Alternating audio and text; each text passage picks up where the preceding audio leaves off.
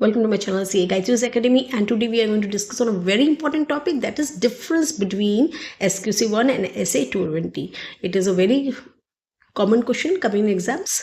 If the audit fails, who is responsible? The audit firm or the engagement partner. That one question explains the entire difference between SQC1 and SA220. The core idea is that SQC1 talks about quality control at firm level, whereas SA220 talks about quality control at audit engagement level.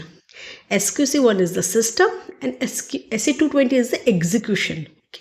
What is SQC1? Firm level control. SQC1 requires an audit firm to establish policies and procedures to ensure that the firm and its personnel comply with professional standards and reports issued are appropriate in the circumstances. Example, we can say a CA firm has independence policies, conducts staff training, maintains client acceptance procedures, has a quality review partner. These controls apply to all the audits of the firm.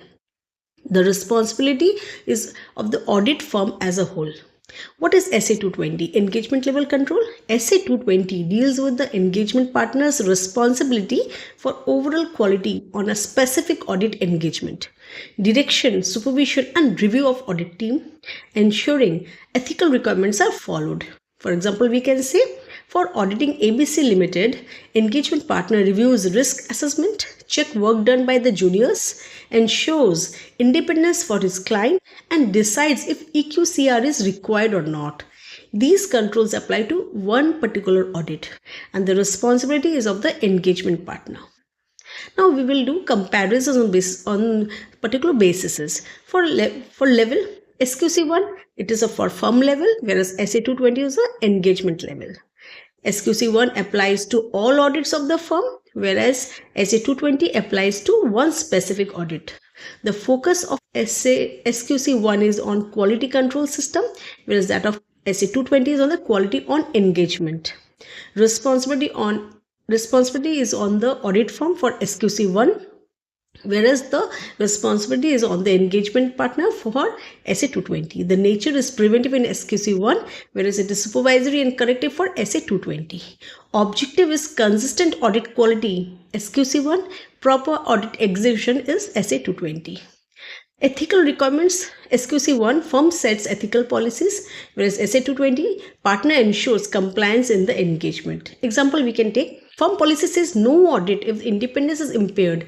SA220 ensures independence is actually maintained for ABC Limited audit. Engagement quality control review. SQC1 establishes criteria and process for EQCR, whereas SA220 ensures EQCR is performed when required. Firm policy can be listed companies need EQCR, SQC1, and partner ensures review before report signing, that is as per SA220. Who is finally accountable? If weak system, SQC1 failure, poor execution, SA220 failire. SQC1 lays down the quality control framework, while SA220 ensures its application at the engagement level. SQC1 establishes firm-wide quality control policies and procedures, whereas SA220 deals with the engagement partner's responsibility to implement those policies to ensure quality on an engagement or engagement.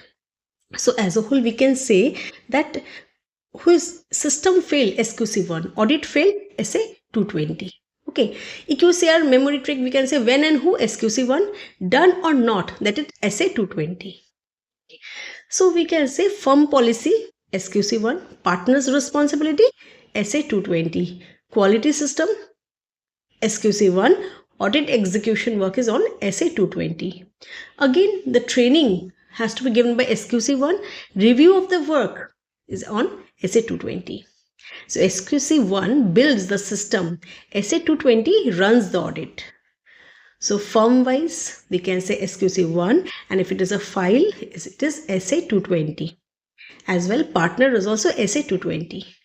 So we can say as a whole that SQC1 and SA220 case Step 1, identify the level. First line decides, start your answer with one clear line. If you are given an answer, if firm-wide issue, the issue is in the given case relates to quality control at the firm level. Hence, SQC1 is applicable. If engagement-specific issue, the issue is given case relates to quality control at the audit engagement level. Hence, SA 220 is applicable, right? Step 2, state the responsibility. As per the relevant standard, the responsibility lies with the audit firm, okay, or engagement partner to ensure compliance with quality control requirements. If it is on the basis of firm, it will be dealt with SQC1. If it is on the partner, then SA 220.